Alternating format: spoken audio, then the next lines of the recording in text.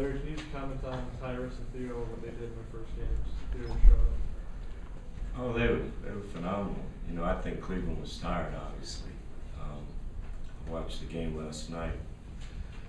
That was like a playoff game.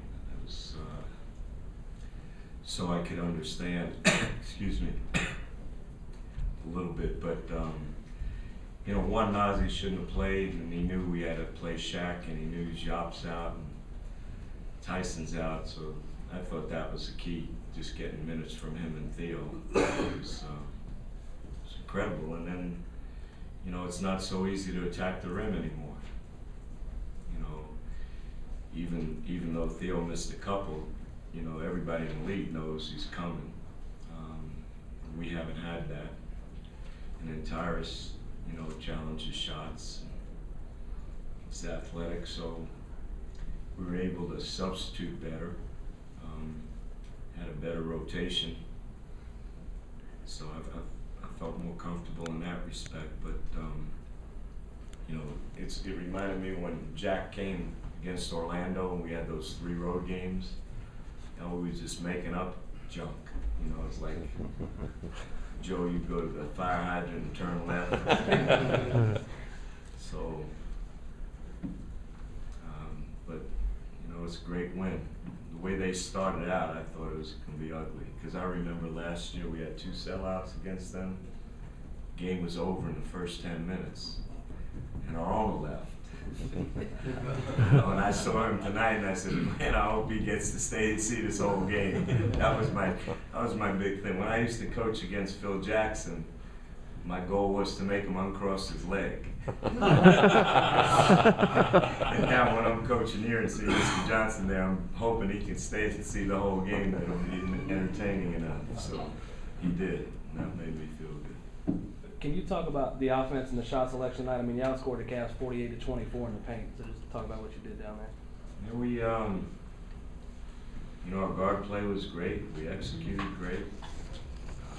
I looked out there, you know, after the New Jersey game, I thought 2 guys had a kind of a plus kind of game.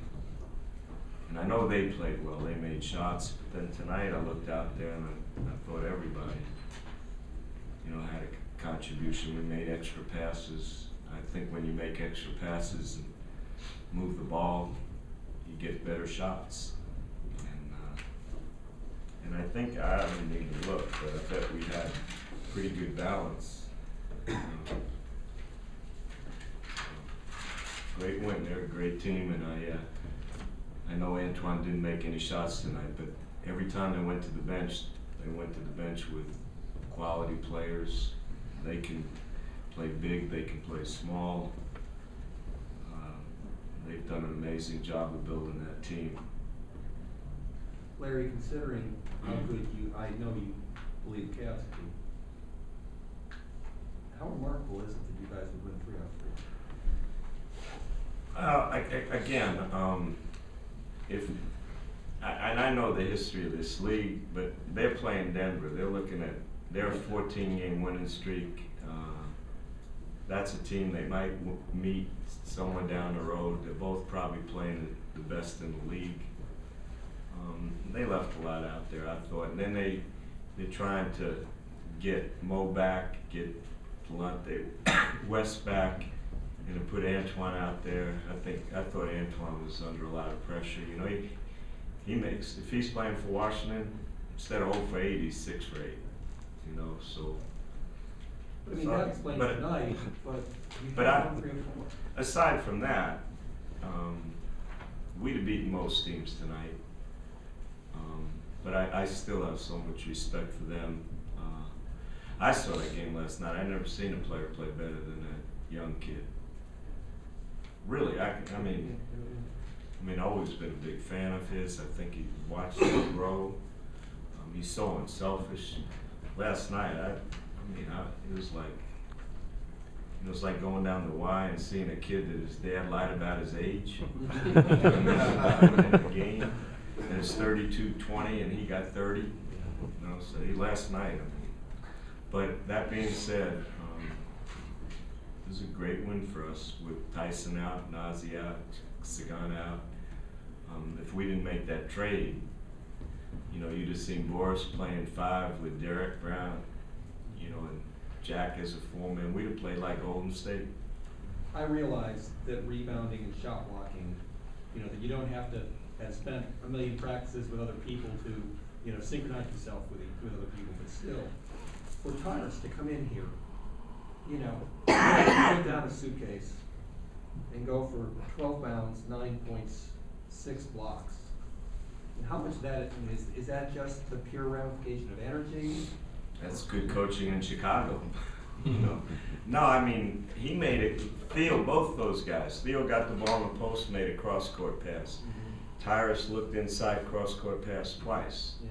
You know, had a jump shot, drove, and got to the rim. Had a really good shot in the lane and threw it to Gerald for an even better Right. 3. Yeah. Yeah, and I mean, those are instinctive things that I'm hopeful that we can build on and make them better. But it is, you know, it's remarkable that both of them could come in without a practice against as good a team as we have in the league and make a contribution like that.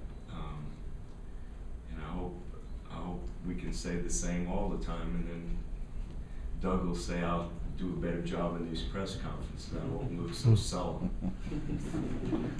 He told me I had to spice up our press conferences. That's why I threw in a couple of stories. They said there was too much coach speak.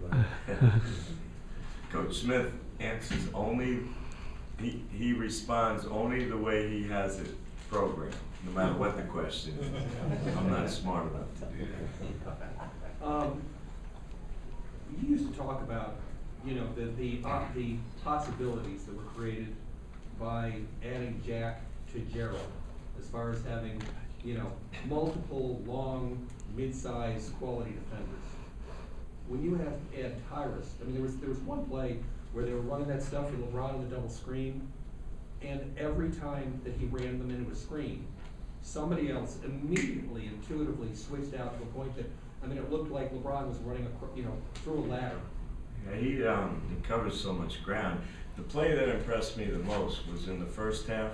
He got on a switch, and you know how LeBron was shaking back and forth, and he just kind of spread out. And, you know, I know he was begging for LeBron to shoot a jump shot, but the fact that he just got down in a stance against the guy who gets to the rim better than anybody, that was the one that I went, wow.